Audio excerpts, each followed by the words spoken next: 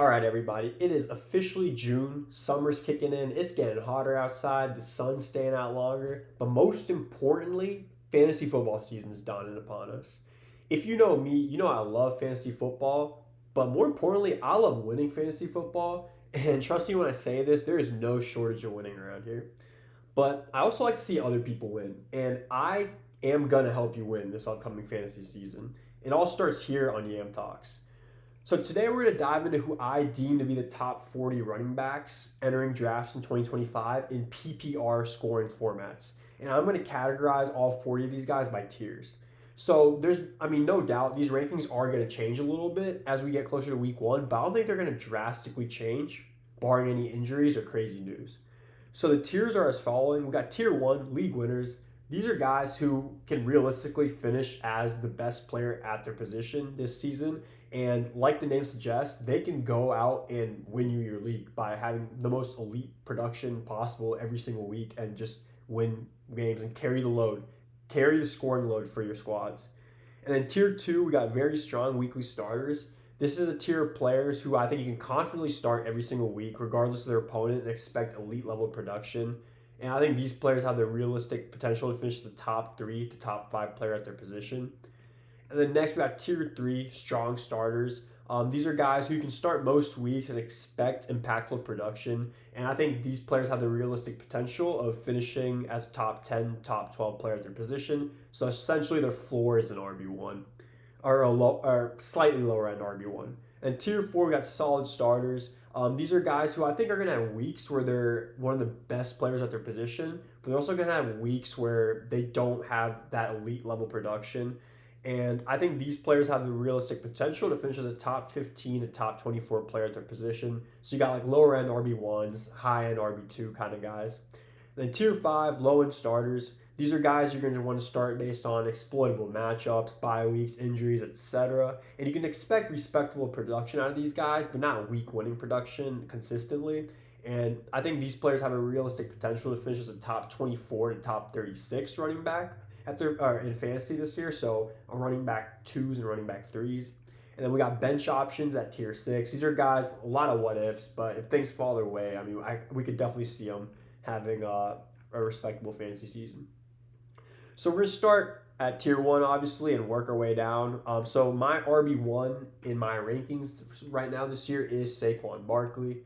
Saquon Barkley is coming off a historical year where he finished as the RB1 in non-PPR scoring formats and the RB2 in PPR. And let's remember, the Eagles kept Barkley out of that Week 18 season finale to avoid injuries. But if he had played that game, Saquon Barkley would have been the RB1, no doubt, across all scoring formats in fantasy. He averaged the most fantasy points per game at the position across all formats, PPR and non-PPR. And this Eagles team is going to continue to be elite and follow their winning formula that won them the Lombardi Trophy. And that was getting the ball in the hands of Jalen Hurts and Saquon Barkley. So you got to remember that Hurts did take a handful of touchdowns away from Barkley at the goal line. And those are a lot of untapped points that could go his way next year. So I have no issue having Saquon Barkley as my number 1 running back. Next, we got Bijan Robinson at 2. It was really nice to see Bijan Robinson take that step from his rookie year to his second year last year and put up some elite level production. Bijan Robinson finished as the RB3 in PPR last year, and this was a Falcons team that had a lot of ups and downs with the uncertainties with Kirk Cousins play and then Michael Penix coming in later in the year. So I think we're going to see some more stability on this offense under Penix, and that should equal even more production for Bijan. No surprises at all if he finishes as the RB1 in a super favorable schedule for the Falcons next year, but he definitely belongs in that league winners category right there with Saquon. And then next, we got a guy who I think is the best running back in fantasy football, but there are some underlying reasons why I can't put him at 1, and that's Jahmyr Gibbs. So Jahmyr Gibbs last year did finish as the RB1 in PPR formats. And David Montgomery went down with injury near the back half of the year, and we really saw Jahmyr Gibbs go on an insane tear when he was the primary running back on this team. It was a historical league-winning run. He won people leagues last year when it came to the fantasy playoffs, and that alone, he definitely belongs in this tier. But in the just to like emphasize how crazy of a tear he went on in the last 4 games of the year in the fantasy playoffs, he combined for 126.1 points in PPR, with averaging 31.53 points a game. And in the season finale, in week 18, he dropped 46 points. So, only reason I don't have him at 1 or 2 is because David Montgomery is also a really good running back, and he is going to take snaps away from Gibbs. But I will say this: what we saw out of Jahmyr Gibbs last year when Demont went down, it would be foolish for the Lions not to have the ball more frequently in the hands of Gibbs. So I don't think we're going to see a 50-50 split next year between the two backs. I think it's going to be more leaning towards a 70-30, 60-40 type of split favoring Jahmyr Gibbs. And guys, Ben Johnson leaving does not concern me here. I think that's a really stupid argument for Gibbs because the talent outweighs that argument. And now, the next league winner, maybe the greatest league winner of them all, is this right here, what I'm about to tell you right here. So I appreciate you guys watching this video, obviously, to gain the winning edge this fantasy season, but let this league winner help you even more than my video. And that's my fantasy football off-season guide. So in the next few weeks, I will be releasing my fantasy football off-season guide to the public for the first time ever. So I make one of these every year for myself because like I said, I do play a lot of fantasy football and I do win a lot of fantasy football, and a lot of it is because of these. So I promise you, this is all you're going to need going into your drafts this season to give you a chance at winning your league, whether it be for money or just for bragging rights. So as a computer scientist, I've created custom AI and machine learning models on top of my countless hours of research that provide insights and projections that could give you that edge in drafts when you're deciding between guys. So you find all my rankings, all my projections, all my notes, and so much more in this ultimate cheat sheet. And pre-ordering a guide right now will only cost you $20. I say only because I put so much work into this, and honestly, $20 feels like I'm underselling myself. But not only do you get this league-winning tool at a lower price, but you lock in this $20 price for life. So next summer, when I introduce new machine learning and AI models and advanced projections, and I hike up the price as this channel grows, you're still only going to pay what you pay today every single summer for the rest of your life, as long as I keep putting these out. So if you're interested in winning more this off season, I'll have an email address right here on the screen. You can send me an email to, and I'll get you all hooked up with that. And the email is going to be in the description below too. And if you don't have an email for some reason, you can drop a comment below and we'll figure something out. But I guarantee you, you're going to benefit from this because I'm going to be using this and I know I'm going to benefit from it. But that's it for the league winners category with these 3 guys and my fantasy football offseason guide. And next we'll move on to tier 2, very strong weekly starters. So again, these are guys who I could potentially see finish as a top 3, realistically finish as a top 3, top 5 player at the position. So first we got a rookie, and this is the highest I've ever had a rookie on my preseason fantasy projections, and it's for a really good reason, and that's Ashton Jeanty. I have him as my RB4 right now, and I don't think that's a crazy claim because this Raiders running back room outside of him is literally unserviceable right now. Like, Raheem Mostert got brought in, didn't really do anything last year. He's had some injuries. Zamir White was pretty useless last year. Amir Abdullah is not a force for any NFL team right now, if we're being honest. No disrespect, obviously. And I have a strong suspicion that by week 6, we're going to see this Raiders offense running through Ashton Jeanty. All right, sorry about that. My dog was getting riled up. But back to what I was saying. By week 6, I suspect we're going to see this Raiders offense running through Ashton Jeanty, considering they don't have a lot of elite talent on this offense outside of Brock Bowers. Jacoby Myers is really solid, and I mean, you have a rookie in Jack Beck coming in, but they're going to have to find a way to move the ball, score some points, and I think what we saw at Boise State out of Ashton Jeanty, his style of play is going to immediately translate to the NFL, and I think he's in for potentially a historical rookie year at the running back position. So I would be very happy with taking him in like the top of the 2nd round or something in fantasy drafts. And then next we got a guy who's proven it year after year, even at an older age, even with the lack of his pass catching ability, even on a brand new team last year. We saw King Henry finish as the RB4 in PPR last year, playing all 17 games. So Derrick Henry has been a staple for fantasy football over the last couple of years. And I don't think that's going to change next year on this Ravens team where he fits in like a glove. And as long as his older age doesn't catch up to him, I think we're going to continue to see him be one of the best players in fantasy, and especially at the running back position. But nothing I saw last year would lead me to believe that he's going to slow down this year. So I hope he's an awesome player to watch. So I hope he continues to tear it up for the Ravens next year. And then next, my RB6 is Devon Achane. So Achane finished as the RB5 last year in PPR scoring. He proved to be a really strong fantasy asset last year after a really promising rookie year. But Dolphins' offense was a mess last year, and I expect them to be a lot better next year with the hopeful, healthy Tua. So an improved offense obviously means more scoring opportunities, which means more big plays and more fantasy production. So I think there's definitely a really solid shot. We see Achane repeat as finishing as a top 5 running back in fantasy next year. And then next we got a guy who the only reason he's not in the league winning category, who has won a lot of leagues for a lot of people over the last 5 or 6 years plus, is Christian McCaffrey, CMC. There's been a lot of chatter from offseason workouts that he's missing that explosive fifth gear that makes him CMC. And this is something I'm going to monitor throughout the offseason and update the rankings if needed. But CMC, when healthy, is a top 10 player in all of fantasy football, and not just at the running back position.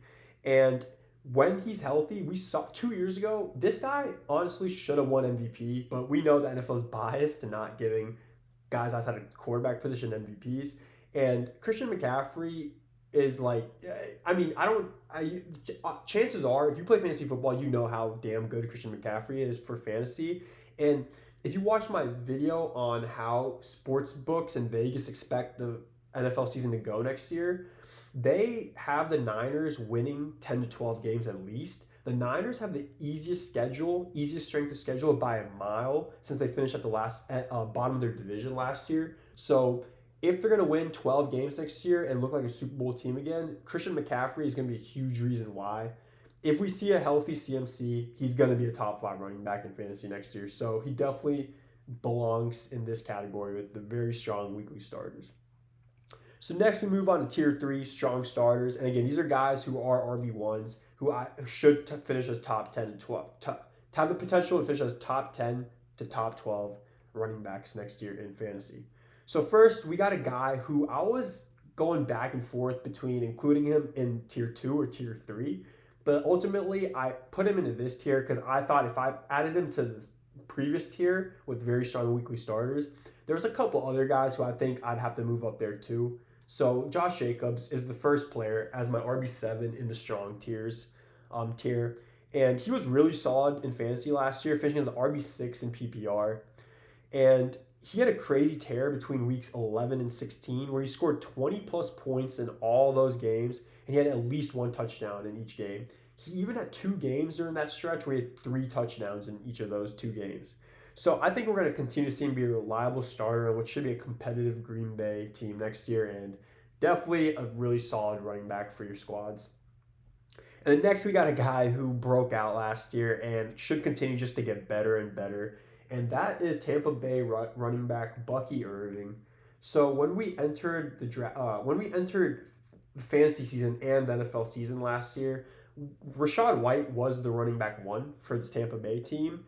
But by the middle of the season, it was obvious that this rookie, Bucky Irving, was going to be a star, was an elite player, and this was going to be his backfield. But next year, we knew this was going to be his backfield. And over the last 6 weeks of the year, we saw Bucky Irving have 3 weeks where he put up 23 plus PPR points. He finished as the RB13 in PPR as a rookie.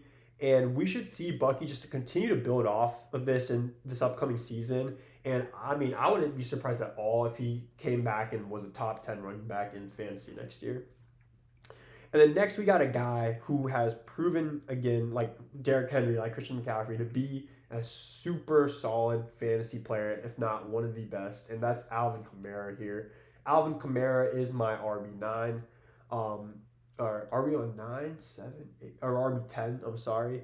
Um, Alvin Kamara was just given a 2-year, $24.5 million extension at the age of 29. So what this tells me is that the Saints think he has a lot of juice left in the tank and can help them win some games now.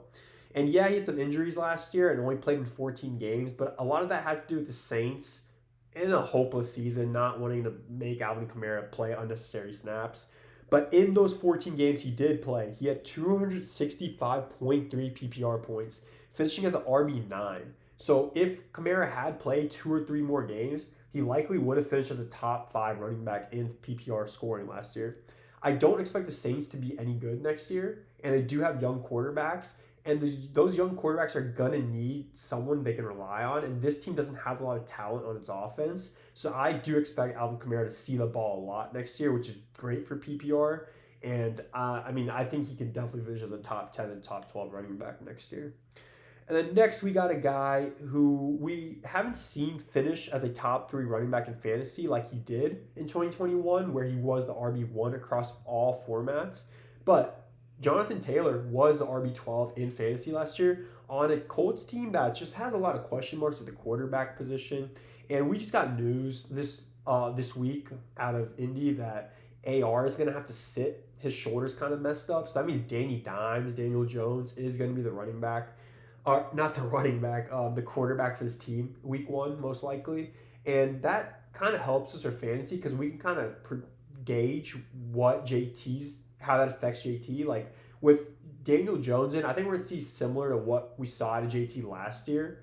And with that, I think we should expect similar production out of him. I think he's a pretty safe bet to be an RB1 for teams next year. But there may be, the only knock here is that the Colts may struggle a little bit, and that means just a lack of scoring opportunities, which would take away potential fantasy points and kind of cap his ceiling a bit, but definitely belongs in this strong starters category. And then next we got Kyren Williams. So Kyren Williams was the RB7 in PPR last year, and he had a really solid season. I'd expect similar production to last year, but I would not be surprised at all if we saw him fall outside of the top 10 this year at the position, because Blake Corum was taken in the 3rd round last year. He was a solid college running back. He's going to get more snaps, I would imagine. And they did bring in another rookie running back through the draft this year in Jarquez Hunter. So there's added competition in this running back room, and Kyren Williams had some issues fumbling the ball last year. So I still think he's a quality fantasy running back, but I would expect slight downtick in his production for sure this upcoming season.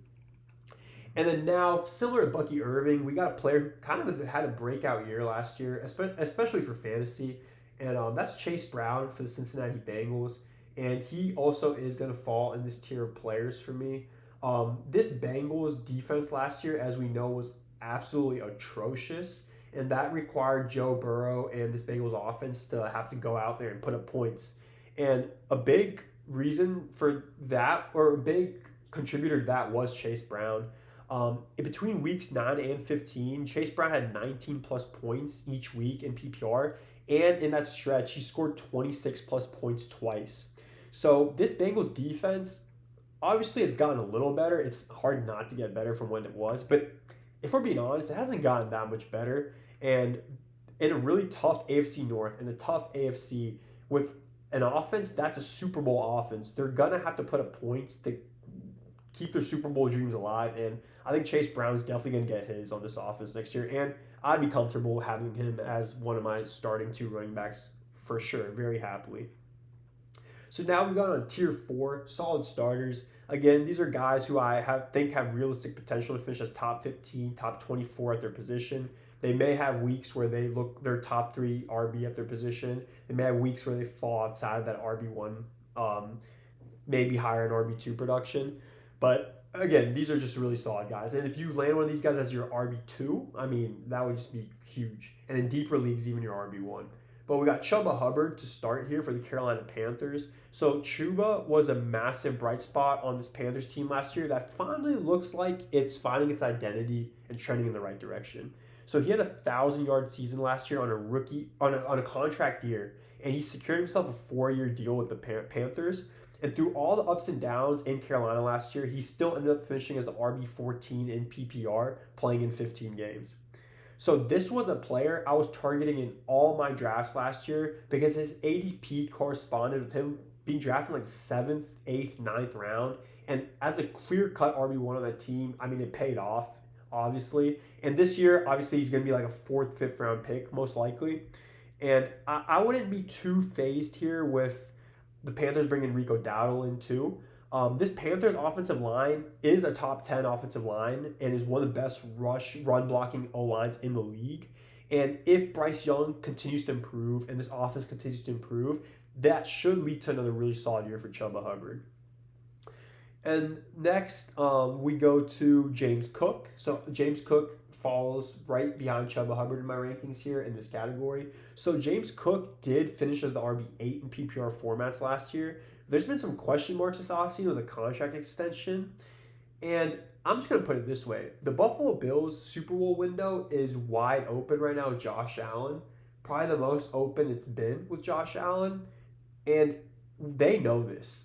And I just don't think the Bills value James Cook as much as people think he is important to that team.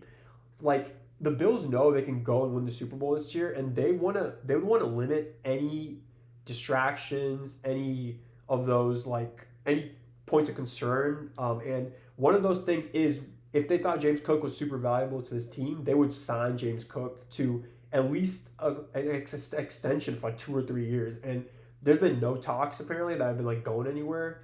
And I just don't think the Bills think he's that valuable. Like, I'm not saying he's not a good player, but Ray Davis showed a lot of promise last year as a rookie. And this team at the end of the day does run through Josh Allen's rushing and passing capabilities.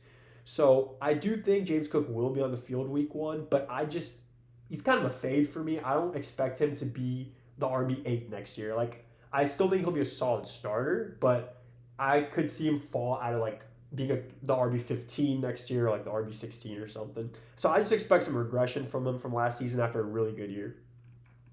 And then next we got James Conner right here. Another running back with a really solid year last year. He finishes the RB11 on that Arizona Cardinals offense. My main concern with James Conner here is just the age. He's now 30 years old. And I also do think the Cardinals are going to look to establish a successful pass game next year to get Kyler Murray back, get him back in rhythm. And when you have Marvin Harrison Jr. and Trey McBride, you want to get those guys the ball. So I do expect the Cardinals to put a heavier emphasis on passing the ball next year. And you did draft Trey Benson last year in the 3rd round. The Cardinals did. So I do expect Trey Benson, who is a really solid college running back, to get more snaps. But James Conner still, I think, would be a really solid RB2 for most teams in fantasy this year. And then next, we got Breece Hall. This is a guy who's been around a lot of trade rumors this offseason. So with Aaron Glenn coming in here as the head coach of this team in New York now, it looks like a lot of what he's saying is not favoring Breece Hall for fantasy purposes. The word on the street out of New York is that we should expect close to a 50-50 split between Breece Hall and Braylon Allen. So obviously Breece Hall is more talented than Braylon Allen from an eye test. But guys, Braylon Allen is not some scrub. Braylon Allen, as a rookie last year, looked pretty damn good. He showed a lot of flashes when Breece Hall was missing some time, or even when he just got his opportunities. So I don't think it's crazy for Aaron Glenn to actually implement a 50-50 split between Breece Hall and Braylon Allen. And he's coming from Detroit, where they did that in Detroit with a lot of success. So this Jets team just has a lot of question marks. And you know Justin Fields is going to steal some touchdowns from both these running backs once they're in the red zone and all that. So personally for me, Breece Hall is a fade in this year's draft with a lot of question marks, but the talent is there, so he definitely belongs in this category of running backs. And then next we got a guy, man, who has been a part of a lot of my championship teams over the last few years. He's been a really good running back who's been like the most picked fade this guy by all the analysts, and I don't know why, but this year he does fall down a tier for me, and that is Joe Mixon. So Joe Mixon is going to be 29 this year. He missed 3 games last year with a high ankle injury, but he still finished as the RB17 on a struggling Texans offense where we didn't see a lot of CJ Stroud magic. And there's still a lot of question marks on this Texans offense, especially with that O-line, which doesn't do Joe Mixon any favors. So with his age catching up, a little bit of injury concern from last year, and this O-line that could be pretty atrocious again, Joe Mixon, I just wouldn't count him being your like bona fide RB1 on your team, but still it should be a solid starter. And then next we got for the Minnesota Vikings, right after Joe Mixon here, Aaron Jones. Aaron Jones was the RB15 last year, and personally, I do think RB15 in PPR is kind of his realistic ceiling going into this year. He's also getting up there in age, and this this Vikings offense is super potent and creative, so he is going to get some big plays and some scoring. And we just don't know what this team's going to look like, though, under J.J. McCarthy next year. I mean, they did make Sam Darnold look like an MVP candidate, so there's no reason why this Vikings team can't be successful with J.J. McCarthy. But they also traded for Jordan Mason this offseason from the 49ers. So with another added option in that backfield for this Vikings team and his age might catch up to him, I think, again, that RB15 range is the ceiling, in my opinion, for Aaron Jones this year, but should still be a solid RB2 for teams.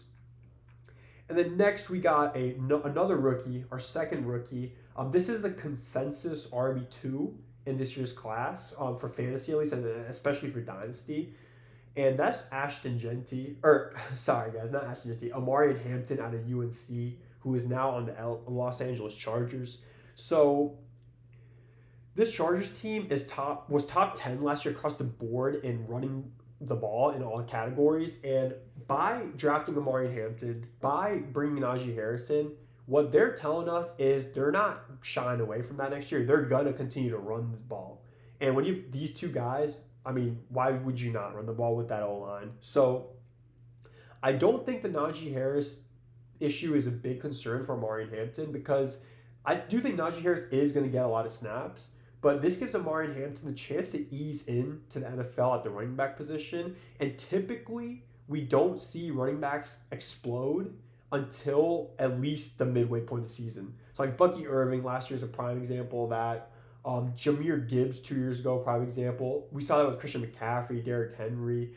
There's a few anomalies, like Saquon was phenomenal off the bat his rookie year, because he was like the only option in that Giants backfield. But with Amari Hampton kind of being the RB2 to start the year, he's a guy I would like to see get drafted, but kind of have an RB1, 2 RBs above him that you can start, at least for the first 6 weeks.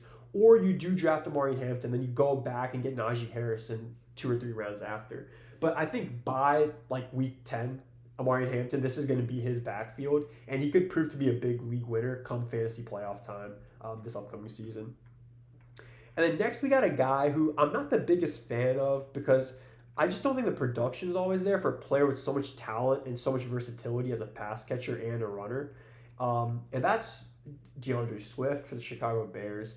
And to be fair to DeAndre Swift, this Bears offense struggled immensely last year, and he still finished as the RB19, which is pretty respectable. But I do think this finish is a little inflated, because he had an impressive 4-week stretch between weeks 4 and 8, where he had 29.5, 20, 21.9, and 18.9 points. So he inflated his RB19 finish a lot in those 4 weeks, because outside of that, guys, it's pretty a lackluster season with a lot of single-digit weeks. And I'm adding him to this tier with some benefit, giving some benefit of doubt, because you do have Ben Johnson coming in. Ben Johnson's coming in. He's already proven he can establish an elite run game. And with a player like DeAndre Swift, there is some untapped potential with this new scheme that Ben Johnson brings in. And if we see an improvement with Caleb Williams next year and this team starts to put up some more points, DeAndre Swift could definitely benefit. And that's my only thing there for DeAndre Swift. So the potential is definitely there, but I still would kind of proceed with caution with banking on him to be like your RB1. And then next we got another rookie. And if you've been watching my videos, especially my Dynasty ones, you know I'm really high on this player. And all the arguments made for Dynasty kind of apply here too. And that's the new Denver Broncos running back, R.J. Harvey. So Sean Payton, the head coach of the Broncos, has only drafted 4 running backs in the first 4 rounds of NFL drafts. Or sorry, 4 running backs in the first 3 rounds of NFL drafts. Reggie Bush in New Orleans, who was a Rookie of the Year finalist. Mark Ingram in New Orleans, who was a Pro Bowler. Alvin Kamara in New Orleans, who won Rookie of the Year. And now R.J. Harvey here in Denver. The Broncos didn't take a running back in the first round like a lot of people thought they would, including myself. Omarion Hampton was a name that was being floated around a lot around that time because they knew they wanted R.J. Harvey on day 2. R.J. Harvey at UCF put up some crazy numbers both as a receiver and a runner of the ball. And I think if you went to a bigger SEC school, he would have been a way more hyped up prospect going into the draft.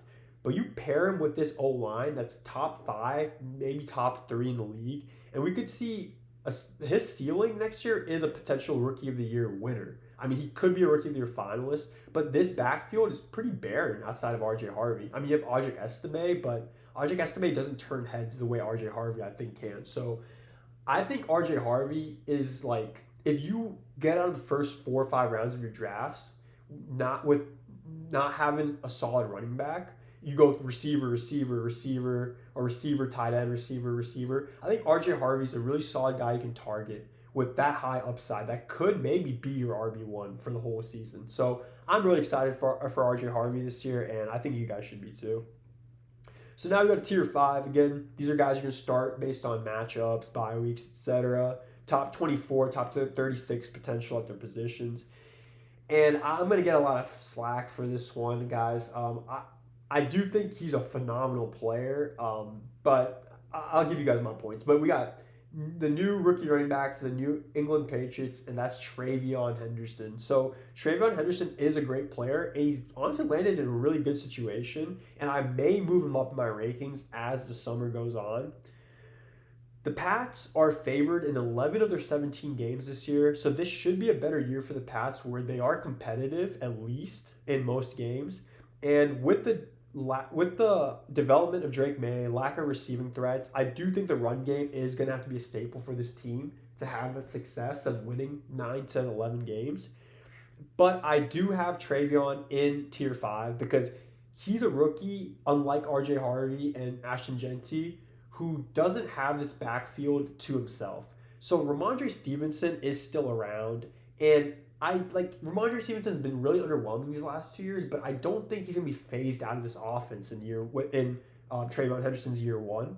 I do think by the end of the year, it'll be clear that Travion Henderson locked in as the lead back for this team. But I just don't. I think for like the first 6-ish weeks, Travion Henderson might not put up those crazy numbers. That's why I have him as a low end starter. But I do think he's a great pick in the middle of drafts, and especially if you have your 2 running backs already, I think he's a phenomenal bench stash until we see him start to take off, which I think he will. I think he will have a really solid career in New England. And then next we got Najee Harris here. So all the same things for Omarion Hampton being on the Chargers applies to Najee Harris coming here to LA on a 1-year deal. Guys, I know they drafted Omarion Hampton, but the Chargers didn't pay Najee Harris $5 million, which is a pretty considerable sum for a running back to enjoy a vacation year in LA. Like I said, this team's gonna want to run the ball. Omarion Hampton's a rookie. Najee Harris has had 1,000 yards in each of the first 4 seasons of his NFL career. He's been a reliable low-end starting running back for fantasy throughout his career in the NFL. And I think for at least the first 6 weeks, we're going to see Najee Harris be a viable high-end RB2, even a low-end RB1. If Omarion Hampton wasn't drafted to this team, I think Najee Harris for me would be a strong starter candidate. He would definitely be a solid starter at the very least. But I think with Najee Harris, if you draft a guy like R.J. Harvey, like Travion Henderson, like Omarion Hampton, you can have Najee Harris kind of be that bridge guy until those guys are ready to crack your lineup. So Najee Harris is a solid guy. I think he's going to – another thing you could do with him is use him as trade bait. by like maybe week 6, like weeks 1 through 4, we see some elite production and maybe ship him off. And guys, again, at the end of the day, Amari Hampton's a rookie. We're not guaranteed he's going to take off this year. God forbid Amari Hampton gets hurt. I mean, Najee Harris is easily an RB1 then for fantasy for the rest of the year. So that's that. And then next after Najee Harris, we got David Montgomery.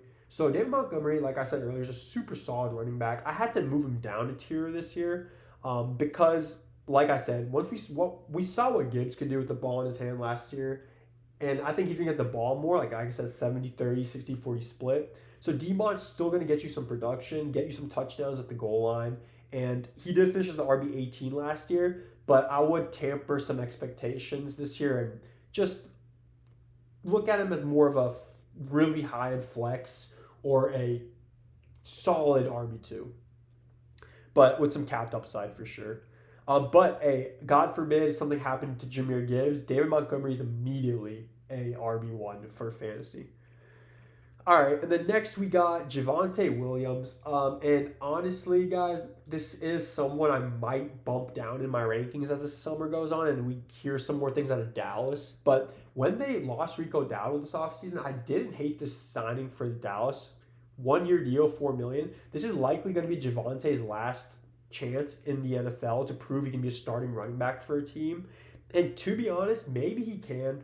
Because before the knee injuries in Javonte Williams' rookie year, it looked like he was going to be a top 5 to top 10 running back in fantasy and in the league.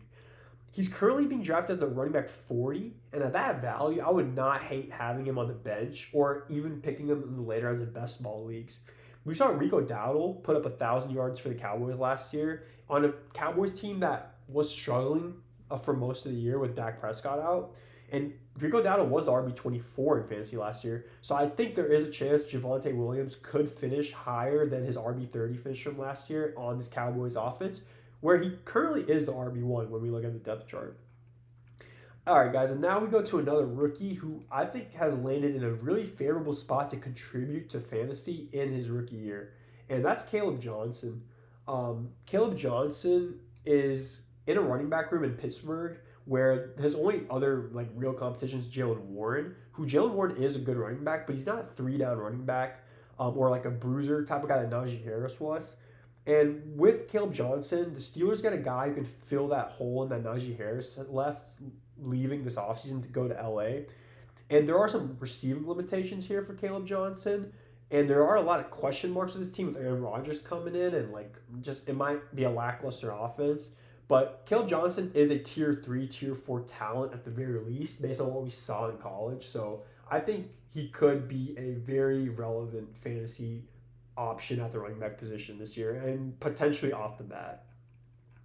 And then next we got a guy, Tony Pollard. So Tony Pollard in Tennessee was not a bad fantasy option last year, but the thing is the Titans made it a mission to get Tony Pollard the ball. He was the RB21 in PPR last year. He was so involved on this team, and the Titans have came out and literally said this year that they're going to lighten his workload last year because he had no business touching the ball as much as they were like making him run the ball. And we kind of started to see that weeks 13 through 18 to end the season. In weeks 13 through 18, we saw Tony Pollard only go above 10 points one time. That's not a good indication for what's coming next year, especially when they're saying they're going to reduce his role even more. And I think we're going to see a Titans offense that's pretty slow under Cam Ward in his rookie year, where they're still trying to figure out what Cam Ward is for this team, what these new receivers are for this team. And I think they're going to be playing from behind a good bit. So this game script, this situation, isn't doing Tony Pollard any favors. I would not expect fireworks out of Tony Pollard this season. And personally, for me, he is a fade. All right, now we focus or divert our attention to New York, to the Giants locker room. I know a lot of you guys are going to want me to say Cam Scatterbo here, but I'm not going to say Cam Scatterbo. I'm not that high on him this year in fantasy, but I am going to say Tyrone Tracy. So this Giants running back room right now is Devin Singletary, Tyrone Tracy, Cam Scatterbo, who's a rookie, and Eric Gray. Devin Singletary last year had 113 carries for 437 yards. Rookie Tyrone Tracy had 192 carries, 839 yards, 38 receptions, 284 receiving yards. So why am I pointing these out? Devin Singletary is listed as the running back one on the New York Giants. Based on these stats and what I saw on the football field last year, in no world is Devin Singletary the running back one on this team. Tyler Tracy looked way more explosive in his rookie year, and I expect him to definitely be the running back come week one for the New York Giants. The New York Giants sucked last year, but Tyler Tracy still produced, and I think the Giants are going to be a little better next year, but not a lot better. But I still think the explosiveness and speed of Tyler Tracy is going to be utilized on this Giants offense. But I do have to keep him on this tier because you do have Devin Singletary and Cam Scatamo who are going to get snaps. But if I'm drafting a Giants running back, it is going to be Tyron Tracy for sure. All right, next we got a guy, man, who is super confusing, and that's Kenneth Walker. I know he's lower in my rankings than most of the analysts you're going to see online and people who do fantasy, but Kenneth Walker was the RB 27 last year in only 11 games, which is really impressive. It finally looked like he was going to have that breakout year we've been expecting for him. But then he got hurt, which has been a common occurrence with him throughout his career. Just injuries lingering around his head that have limited his ceiling and potential. And when he does get hurt, Zach Charbonnet steps in, who looks equally as good, sometimes even better than K9.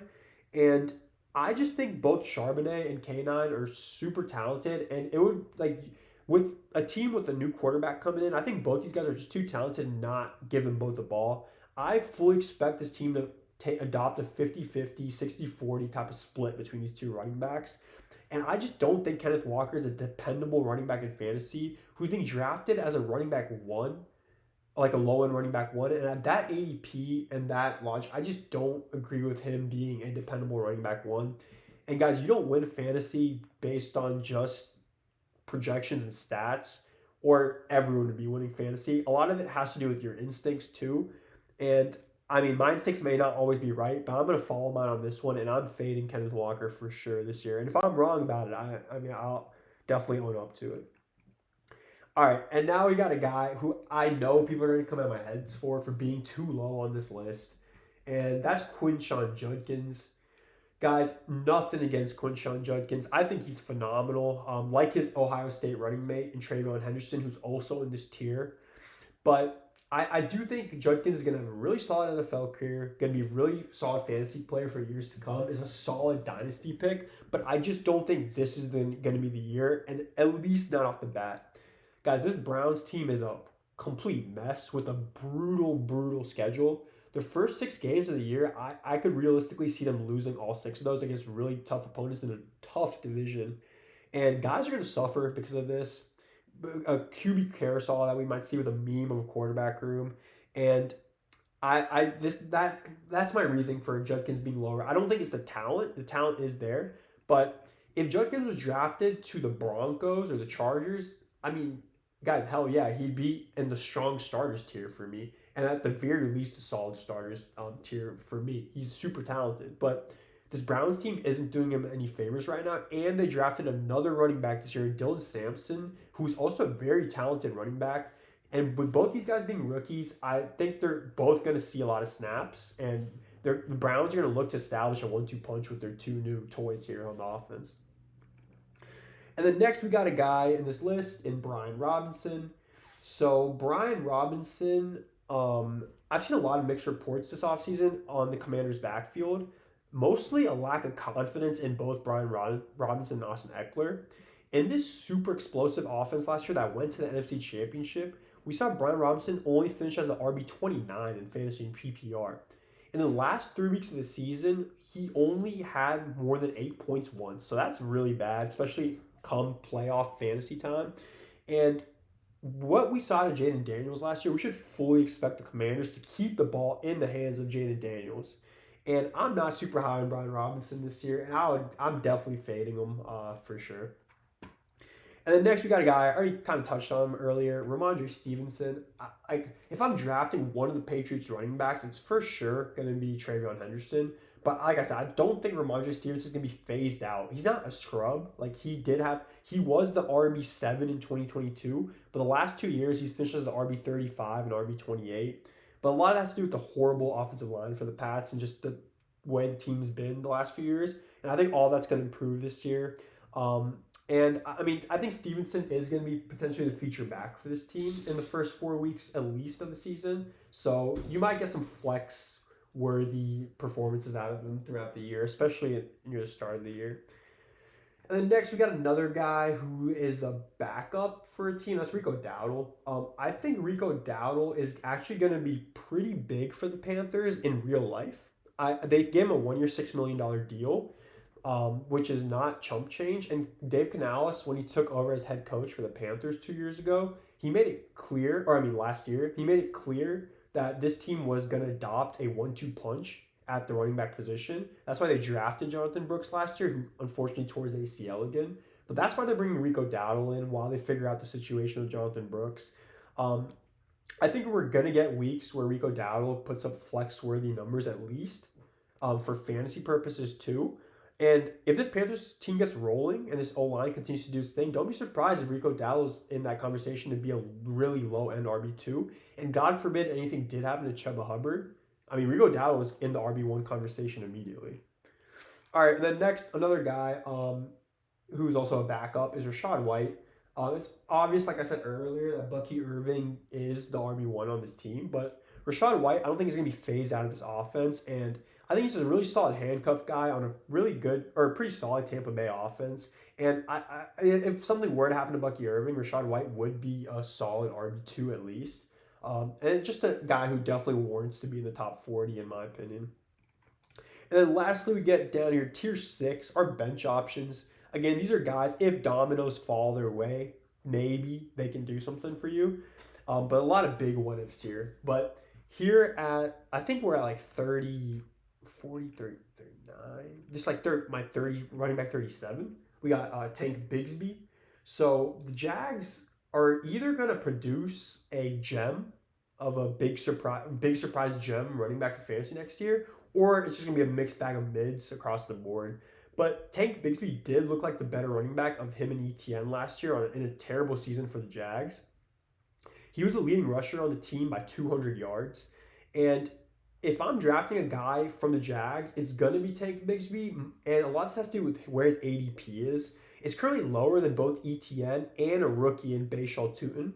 So not undermining Tutin at all because he is a really explosive player. But guys, at the end of the day, he is a rookie and not like a blue chip prospect rookie. He was picked later in drafts, and with Tank Bigsby being drafted like 3-4 rounds after a rookie in Bashal Tutin and ETN, I'd rather grab some other positions of need and then come around and get Bigsby as a bench option later on in the draft. Okay, then next we got a true wild card here in Isaiah Pacheco for the Kansas City Chiefs. I don't know what to expect here. He's coming off injury. There's some concerns surrounding him, but we've seen flashes from Pacheco in the past of being a true fantasy option at the running back position, and he is on the Kansas City Chiefs at the end of the day, so all that warrants him to definitely be at least in our consideration. If he bounces back in a big way, being taken as the RB32 in drafts right now in PPR, he could be one of the biggest steals of this year's draft. I'm not endorsing you guys to go draft them, but I'm just saying it could happen if we see him bounce back. Don't forget, this guy was taken top 3-4 rounds before all the injuries and everything. So, I mean, the potential is definitely there, and it is the Kansas City Chiefs. And next, we got Kareem Hunt right here with Pacheco. Kareem Hunt returned to the Chiefs last year, saw a pretty good year. I mean, saw a decent couple of games, and he played well enough to earn another contract with the Chiefs. And he's currently being drafted as the RB66 in PPR. I think he's a definite, really solid best ball candidate for later in your drafts. And in deeper leagues, I wouldn't mind taking him in the back, like last 2 or 3 rounds as a bench stash. I think by like week 3 or week 4 of the season, we're going to get a clear view and an idea of what this running back room situation is going to look like in Kansas City. And I mean, either Pacheco or Kareem Hunt could just turn out to be a fantasy steal for next year. And then next we got, again, coming back to Jags here, Travis Etienne. All I'm going to say is tread cautiously. You're drafting him, banking on the fact that he bounces back. He was the RB3 in PPR yeah, the RB3 2 years ago. And last year, I mean, honestly, he might have been the biggest bust in fantasy. It's not like he had like a season-ending injury. He did miss a couple games. He was battling injury throughout the year on a really bad Jags team. But being taken at the top of the second round in drafts, that was unacceptable for ETN for fantasy. So just tread carefully here. Yeah, maybe Liam Cohen coming in can rejuvenate ETN for this team, but you're taking him at your own risk. At still probably pretty high ADP where you can get some more get some guys like Caleb Johnson potentially who could have a better chance of contributing. But that's it for ETN right there. And then lastly, our 40th guy, RB40, is Zach Charbonnet. So like I already kind of touched on with K9, when Kenneth Walker got hurt, Charbonnet looked pretty solid. He finished as the RB25 last year. 2 spots ahead of Kenneth Walker, but Kenneth Walker played 6 less games. And I do think Sharp's going to see more touches this year. And if Kenneth Walker gets hurt again and misses some games because of the injury, I mean, Charbonnet is a must start, most likely. So that right there, guys, is 40 running backs, like I promised. If you want the rest of Tier 6 and check out who else I have as bench options, make sure you contact me to get yourself a guide for this upcoming season. I'm going to be updating my rankings and my guide throughout the summer as we go hear news from around the league. So maybe I'll do another one of these later in August. But if you want to be in the loop every single week, make sure you hit me up for that guide. Email is going to be on the screen in the description below, or just drop a comment and I'll get you hooked up. And also keep an eye out for my videos over the next few weeks. I'm going to do a lot of fantasy. We're going to do another one of these for wide receivers, quarterbacks, tight ends, a lot of fantasy, guys. And as always, thanks for tuning in, and I'll catch y'all later.